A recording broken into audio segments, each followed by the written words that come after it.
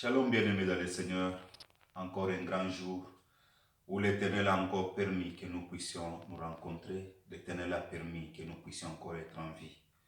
On ne cessera jamais de prier et de dire merci à Dieu pour l'opportunité qu'il nous donne. C'est vrai, nous vivons pendant un temps où la pandémie a touché le monde entier. La pandémie est là, la maladie est là, mais nous avons vu la grâce de Dieu se manifester. Malgré la pandémie, la grâce de Dieu est sur nous. Aujourd'hui, tu es en vie, c'est un sujet pour glorifier l'Éternel. Aujourd'hui, si tu es en vie, c'est un sujet de dire merci à l'Éternel parce que personne ne peut protéger. Tel qu'il dit, si personne prétend sécuriser la ville, si sans l'Éternel, c'est en vain qu'il le fait. Il n'y a que Dieu qui est capable de nous sécuriser. J'ai dit sincèrement merci encore en ce jour à tous les bien-aimés qui nous suivent au travers du monde entier. J'ai pris que la grâce de Dieu et que l'onction de l'Éternel puisse encore se manifester sur tout un chacun en ce moment. Aujourd'hui, nous venons encore avec un autre thème. Ce thème-là est intitulé « Comment garder notre foi ». Et lorsque nous disons « Comment garder notre foi », on peut se poser la question « La foi, c'est quoi ?» C'est vrai que quand nous cherchons à comprendre la foi avec des méthodes scientifiques, c'est difficile de définir la foi parce qu'il n'y a pas une manière d'arriver à définir la foi selon les méthodes scientifiques. Mais quand nous rentrons dans la Bible, selon Hébreux, le chapitre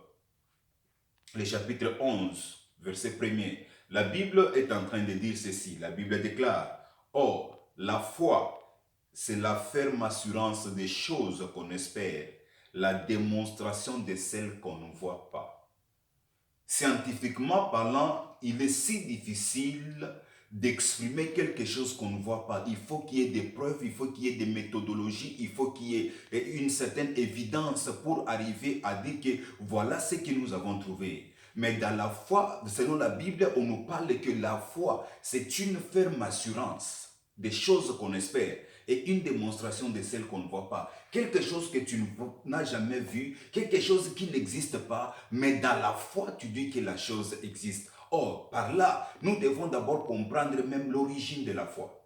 Si nous voulons bien comprendre l'origine de la foi, on peut rapidement aller dans le livre de Romains, chapitre 14, le verset 1er.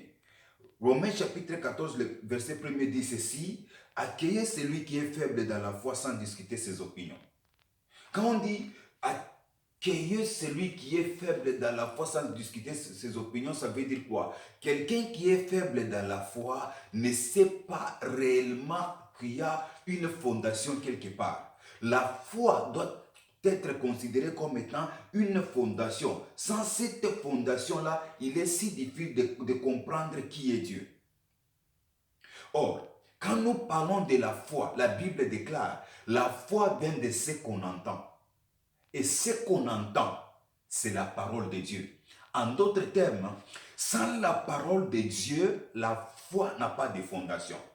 Donc, il faut que la foi puisse trouver sa fondation dans la parole de Dieu.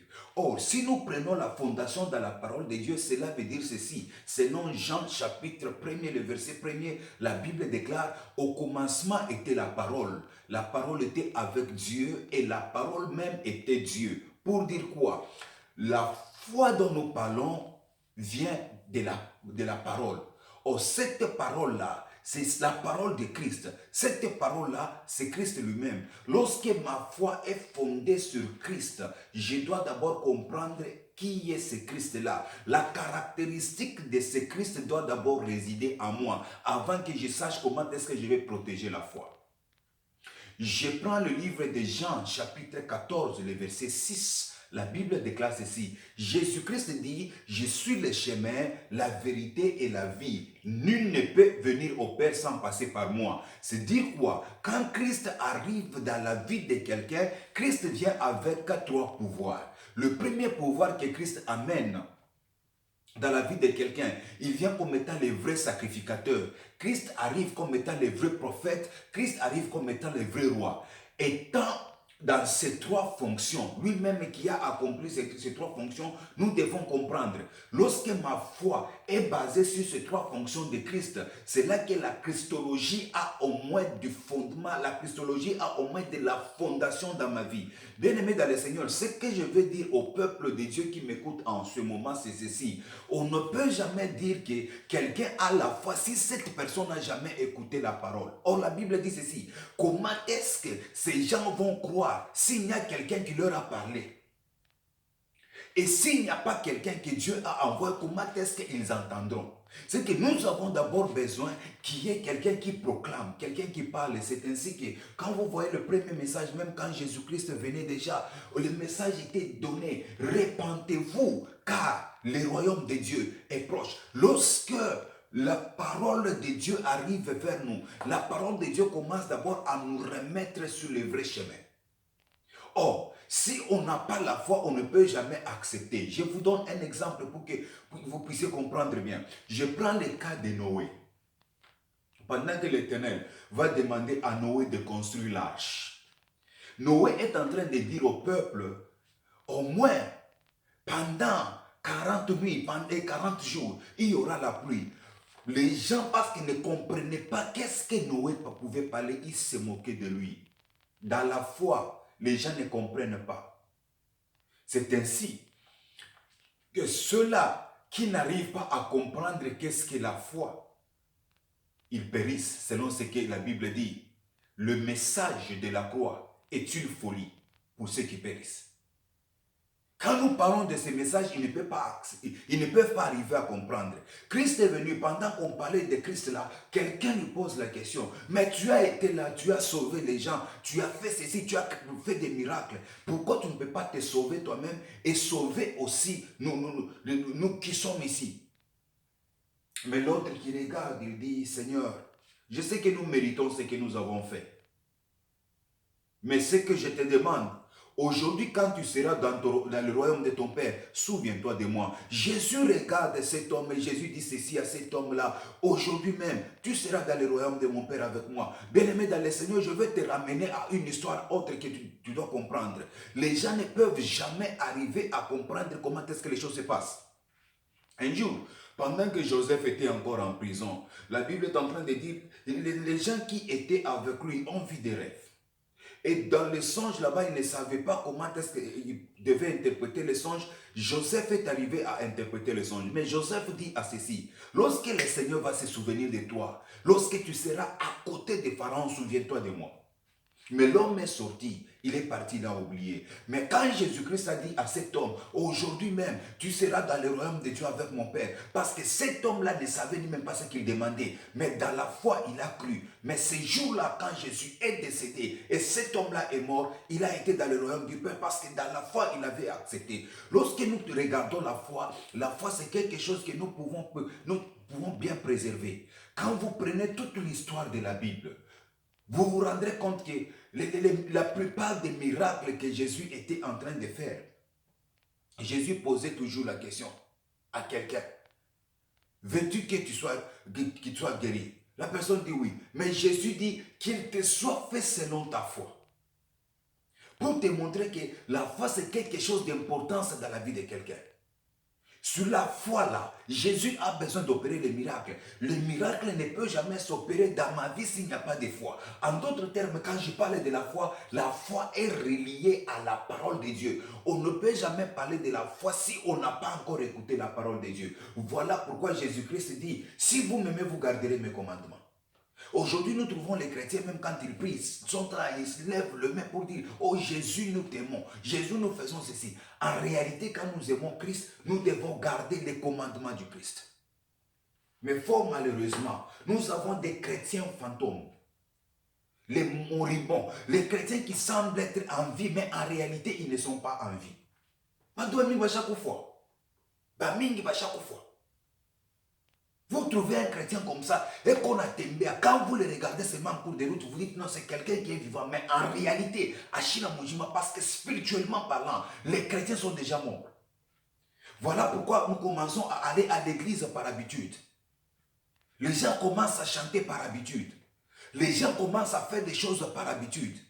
Les gens cherchent à montrer, et n'atafuta kuonesha kivukuto mkanisa, mais en réalité, bien qu'on a fait chijoué. Bien-aimé, je suis encore venu te donner un message en ce jour pour te dire que Christ n'est pas celui-là qui est venu. Christ n'est pas venu pour ça. Je parle à quelqu'un, je veux que tu prêtes encore oreille, que tu comprennes très bien. S'il y a quelque chose que tu dois préserver, dans tout ce que tu dois faire, c'est la foi que tu dois garder. C'est pourquoi quand Élisée est allé dans la famille de cette veuve ici, Élisée a posé la question, qu'est-ce que tu as dans ta maison? La femme a dit, ta servante n'a rien si ce n'est qu'une petite quantité d'huile. Mais aujourd'hui, quand Christ te regarde, te pose la question, qu'est-ce que tu as? Tu vas dire à Christ, je n'ai rien si ce n'est que ma foi. Christ veut opérer sur cette foi-là. Il y a beaucoup de choses que nous avons perdues. Pourquoi? Parce que nous avons rejeté la parole. Il y a beaucoup de choses que nous voyons. Tu peux monter, tu peux faire tout ce que tu veux là. Tu peux chercher l'éternel de toute façon. Mais lorsque la foi n'est pas en toi, tu ne verras jamais la main de Dieu. Regarde cette femme qui vient auprès de Christ. Et Christ qui répond, non, moi j'ai été envoyé pour les brebis perdues d'Israël. Je ne peux pas prendre le repas qui est destiné aux enfants pour donner aux chiens. Mais la femme accepte quand même. Elle dit, oui, j'accepte que je suis chienne. Mais ce qui est vrai, les chiens peuvent aussi manger de ce qui tombe à la table de leur maître. Mais Jésus regarde la femme et dit, je n'ai pas vu une telle foi en Israël. Bien aimé, lorsqu'on a véritablement la foi est inébranlable.